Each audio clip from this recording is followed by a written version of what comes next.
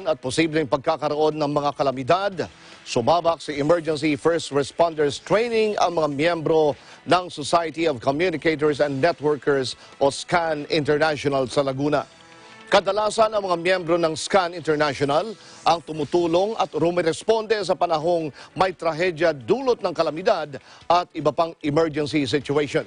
Si Vin Pascua sa detalye. Sumabak sa Emergency First Responders Training ang mga miyembro ng Society of Communicators and Networkers o SCAN International na isinagawa sa Kabambangan sa Santa Cruz, Laguna. Layo nito na maging handa ang mga miyembro ng SCAN sa pagtulong sa mga taong nangangailangan sa panahon ng emergencies o mga di inaasang pangyayari gaya ng mga sakuna at kalamidad. Kabilang sa 3 araw na pagsasanay ang first aid lectures, demonstrations at return demonstrations, basic life support and emergency carries, at mass casualty incident simulations. Ang pagsasanay ay pinangunahan ni Cesar Garcia at Maria Ivy Advento na pawang mga trainer para sa first responder ng SCAN. Anila, malaki ang ginagampan ng tungkulin ng mga emergency first responder para sa mga nangangailangan ng tulong. Upang magturo po sa mga kapatid na SCAN para maging maalam, sanay, maging bihasa po sa pagresponde. Para sa ganon, pagdating po ng mga kalamidad ay makaresponde po ng maayos ang mga kapatid na SCAN. Ang mga tinuturo po namin ay katulad ng patient assessment, heat emergencies, heart emergencies, or cardiac emergencies. Para sa ganon, ang mga kapatid na SCAN po ay makatulong sa sambayan ng Pilipino. Nagpasalamat naman ang Santa Cruz, Laguna INC District Minister na si Brother Rio Castillo sa tagapamahalang pangkalahatan ng Iglesia ni Cristo, ang kapatid na Eduardo V. Manalo sa paglulunsad ng ganitong mga aktibidad na makakatulong sa kapakanan ng mga kaaniban ng Iglesia ni Cristo o hindi miyembro nito.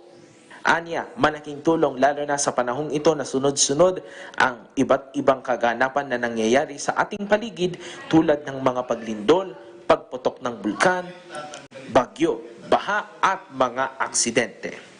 Ako sa distrito ng Santa Cruz, Laguna ay nagpapasalamat muna sa kapatid na Eduardo Manalo, ating pong tagapamahalang pangkalahatan, sapagkat pinahintulot po ang ganito pong seminar para po sa mga kapatid natin na nasa SCAN.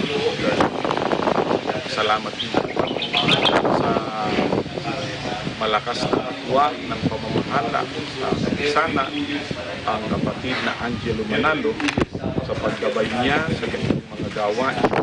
Sa mga kapatid na nasasapan po nila pamamahala para ang aming mga kapatid ay masanay sa pagresponde sa mga kalamidad, sa mga pagtulong sa mga kapatid natin, maging sa mga taga-sanglibutan na nangangailangan ng tulong sa panahon po ng mga kagipitan.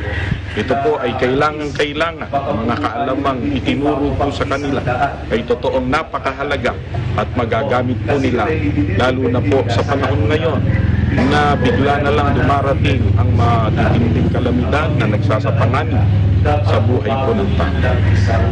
Ayon naman kay Christian Family Organization Overseer na si Brother Michael Manalili, maraming natutunan ang mga lumahok sa nasabing training seminar na totoong mapapakinabangan sa panahon ng emergency. Ito ay para sa mga kapatid natin na kabilang po sa kapisanang SCAN para lalo silang masangkapan ng mga kaalaman at kasanayan patungkol sa kanilang ginagampanan tungkulin sa loob po ng Iglesia ni Cristo. Nandito po kami ngayon sa training ng SCAN EFR at napakarami po namin ngayong natututunan, lalong-lalo na po sa pagbibigay ng mga paunang lunas, sa mga patient assessment, kung ano ang mga dapat gawin kapag may mga na-encounter tayong mga pangyayari sa una o kaya man medical situation, alam na po natin kung anong mga gagawin o kaya sa mga pangyayari sa kalsada, alam na po kung anong gagawin na sa mga natutunan namin dito, mai-apply po namin sa mga pangyayari.